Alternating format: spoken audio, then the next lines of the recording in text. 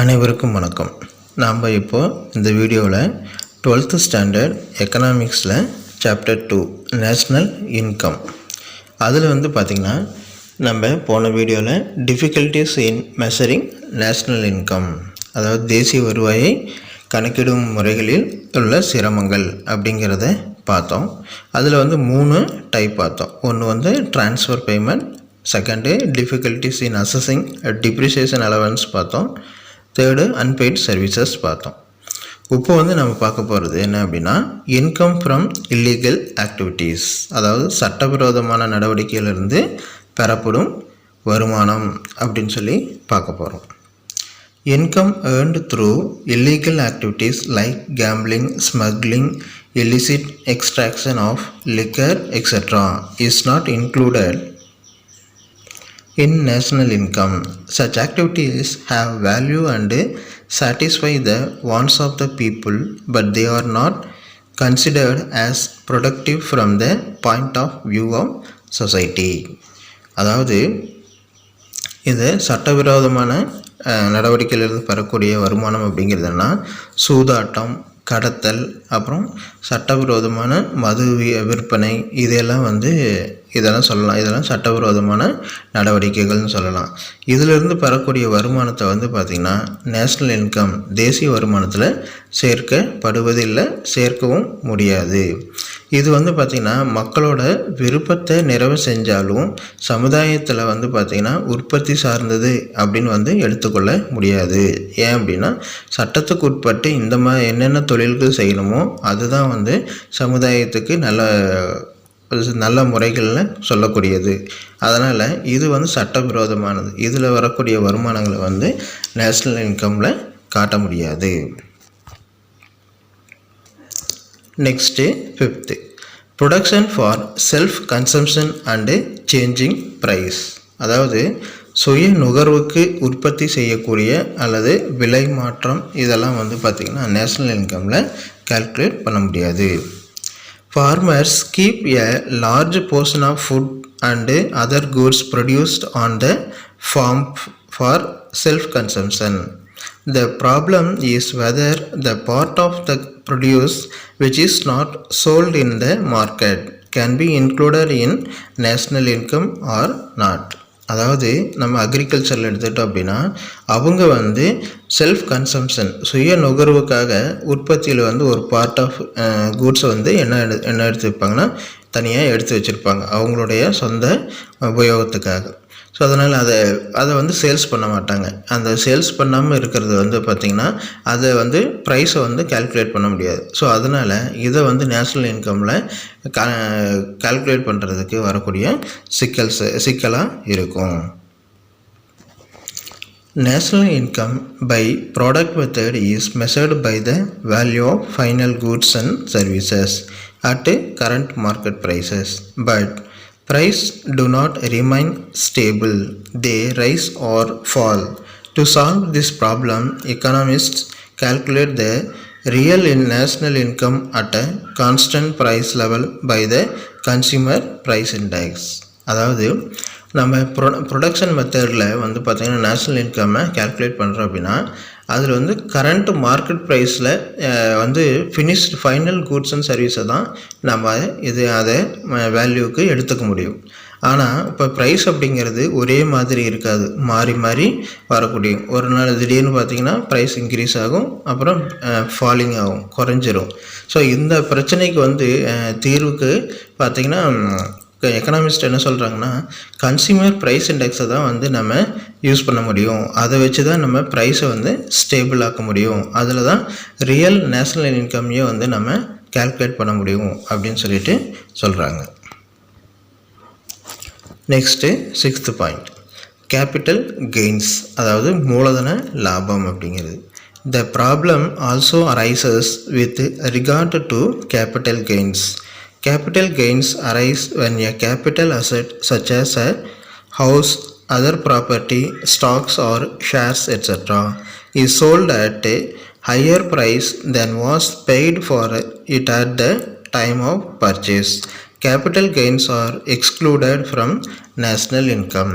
அதாவது கேபிட்டல், அதாவது மூலதனத்திலிருந்து, அந்த மூலதன சொத்துக்கள்லேருந்து கிடைக்கக்கூடிய வருமானம். அதில் வந்து என்னென்னா வீடாக இருக்கலாம், இல்லது மற்ற சொத்துக்கள் இருக்கலாம், அப்புறம் ஷேர்ஸ் இருக்கலாம், பங்குகள் இதெல்லாம் இருக்கும். இதில் வந்து ப்ரைஸ் வந்து பார்த்திங்கன்னா நம்ம சேல்ஸ் பண்ணும்போது அதிகமான ப்ரைஸுக்கு போகும். ஸோ அதனால் நமக்கு கிடைக்கக்கூடிய லாபம். ஸோ இந்த லாபத்தை வந்து நம்ம வந்து என்ன பண்ணலாம்னா நேஷ்னல் இன்கமில் கால்குலேட் பண்ணும்போது இது வந்து கேபிட்டல் கெயின் அப்படின்னு சொல்லிட்டு அதை சேர்த்துக்கிறது இல்லை. ஏன்னா அது வந்து திடீர்னு நம்ம ஏதோ ஒரு நம்மக்கிட்ட இருக்கிற சொத்துக்களை வந்து சேல்ஸ் பண்ணும்போது நமக்கு கிடைக்கக்கூடிய ப்ராஃபிட்டு. ஸோ அதனால் அதை வந்து நேஷ்னல் இன்கம்மை கால்குலேட் பண்ண முடியாது. ஸோ இது ஒரு ப்ராப்ளம். நெக்ஸ்ட்டு ஸ்டாட்டிஸ்டிக்கல் ப்ராப்ளம்ஸ், அதாவது புள்ளி விவர சிக்கல்கள் அப்படின்னு சொல்கிறது. There are statistical problems too. Great care is required to avoid double counting. Statistical data may not be perfectly reliable when they are compiled from numerous sources. Skill and efficiency of the statistical staff and cooperation of people at large are also equally important is estimating national income. அதாவது இந்த புள்ளி விவரங்கள் அப்படிங்கிறதுல நிறையா பிரச்சனைகள் இருக்குது. அது என்ன அப்படின்னு பார்த்திங்கன்னா, ஒரே டேட்டா, ஒரே காரணங்கள் எல்லாம் ஏதாவது ஒரு விவரங்கள் கிடைக்கிது அப்படின்னா அதை வந்து என்ன பண்ணுறது அப்படின்னா பல முறைகளில் வந்து கணக்கில் சேர்த்துக்கிறது. அதுக்கப்புறம் நம்பகத்தன்மை இல்லாத புள்ளி விவரங்கள், இப்போ வந்து டேட்டா கலெக்ஷன் பண்ணும்போது அவங்க வந்து தகவல்களை வந்து நம்புகிற மாதிரி சொல்லாமல் மாற்றி கூட சொல்லலாம். ஸோ அதே போல் டேட்டா வந்து சரியாக கிடைக்காம போகிறது, அப்புறம் டேட்டா கலெக்ஷன் பண்ணுறவங்களுடைய எஃபிஷியன்சி குறைவாக இருக்கிறது, ஒரு டெடிக்கேஷன் இல்லாமல் டேட்டா கலெக்ஷன் போடுறது, இது எல்லாமே வந்து என்னென்னா நம்மளுக்கு ப்ராப்ளம், நேஷ்னல் இன்கம்மை கால்குலேட் பண்ணும்போது வர ப்ராப்ளங்களாக இருக்கும். The following are the sum of statistical problems. First one, accurate and reliable data are not adequate. A farm output in the subsistence sector is not completely informed. In nominal husbandry, animal husbandry, there are no authentic production data available. அதாவது இதில் first point என்ன சொல்கிறாங்கன்னா, அக்ரிகல்ச்சரில் வந்து உற்பத்தி ஆகிறதுல எல்லாமே என்னென்னா நிறைய calculate பண்ணுறதுல சிரமம் இருக்குது. அதே போல் அனிமல் ஹஸ்பண்ட்ரி, கால்நடை துறையில் உற்பத்தி அப்படிங்கிறது எந்த ஒரு புள்ளி விவரம் சரியாகவும் கிடைக்காது, முழுமையாகவும் கிடைக்காது. ஸோ இதெல்லாம் வந்து ஒரு ப்ராப்ளம் இருக்குது ஸ்டாட்டிஸ்டிக்கல் ப்ராப்ளத்தில். Second, different languages, customs etc. also create problems in computing estimates. அதாவது பல்வேறு மொழி, கலாச்சாரம் இதெல்லாம் இருக்குதுல, இந்த காரணத்தினால நமக்கு வந்து டேட்டா கலெக்ஷன் அப்படிங்கிறது அது அதாவது அதை வந்து மதிப்பிடுறதுலாம் பிரச்சனைகள் வரும். Next, people in India are indifferent to the official inquiries. They are in most cases non-cooperative also. இதில் வந்து பார்த்திங்கன்னா அரசு அலுவலர்கள் அப்படிங்கிறவங்க என்னென்னா, அரசு அலுவலர்களுக்கும் மக்கள் உறவுக்கும் நம்ம நாட்டில் வந்து சுமூகமாக இல்லாத நிலைமை தான் இருக்குது. ஸோ அதனால் இந்த டேட்டா கலெக்ஷன் அப்படிங்கிறது வந்து பார்த்திங்கன்னா பிரச்சனைகள் வரும். மக்கள் வந்து என்ன பண்ணுன்னா ஒரு உண்மையான தகவல்களை வந்து அவங்க தர்றதில்லை அப்படின்னு சொல்கிறாங்க. Next, fourth one, most of the statistical staff are untrained and inefficient. இதில் டேட்டா கலெக்ஷன் போகிறவங்க வந்து பார்த்திங்கன்னா பெரும்பாலும் என்னவாக இருக்காங்க அப்படின்னா அவங்களுக்கு திறமை இல்லாமல் இருக்காங்க, அதே மாதிரி பயிற்சி இல்லாமல் போகிறவங்கள தான் இருக்காங்க, அன்ட்ரைன்டு அப்படின்னு சொல்கிறது. அப்போ அவங்களுக்கு அந்த மாதிரி இருக்கவங்க போகும்போது அவங்க டேட்டா கலெக்ஷனை வந்து தப்பாக தான் அவங்க எடுக்குவாங்க. அதனால் நமக்கு நேஷ்னல் இன்கம்மை கால்குலேட் பண்ணும்போது சிரமங்கள் வரும் அப்படின்னு சொல்கிறாங்க. Therefore, national income estimates in our country are not very accurate or adequate. There is at least 10% margin of error. That is, national income is overestimated or underestimated by at least 10%. That is why the GDP estimates for India varies from $2 trillion to $5 trillion. அதனால் national இன்கம்மை வந்து estimate பண்ணுறதுல ஒரு அக்யூரன்சி இருக்காது. துல்லியத்தன்மை இல்லாமலும் இருக்கலாம், புள்ளி விவரங்கள் போதுமானதாக இல்லாமலும் இருக்கலாம். டேட்டா கலெக்ஷன் அப்படிங்கிறது நமக்கு பத்தாமல் கூட இருக்கலாம். அதே போல் 10% அப்படிங்கிறது அதிகமாக அல்லது குறைவாக மதிப்பிடப்படும்.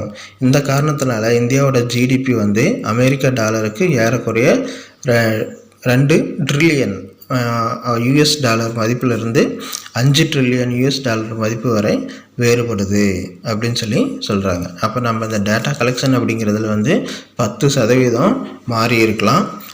இந்த மாதிரி அதிகமாகவோ குறைச்சோ மதிப்பிடும்போது நம்மளுடைய ஜிடிபி வந்து அமெரிக்காவோட கம்பேர் பண்ணும்போது 2லேருந்து 5 ட்ரில்லியன் யூஎஸ் டாலருக்கு வேறுபடும் அப்படின்னு சொல்லி சொல்கிறாங்க. நம்ம இது வரைக்கும் பார்த்தது வந்து பார்த்திங்கன்னா நேஷ்னல் இன்கம்மை மெஷர் பண்ணுறதுல இருக்கக்கூடிய டிஃபிகல்ட்டிஸ், தேசிய வருவாயை கணக்கிடுறதுல உள்ள சிரமங்கள் அப்படிங்கிறத பார்த்தோம். நெக்ஸ்ட் வீடியோவில் இன்னொரு டாப்பிக்கோட உங்களைய மீட் பண்ணுறேன். தேங்க்யூ.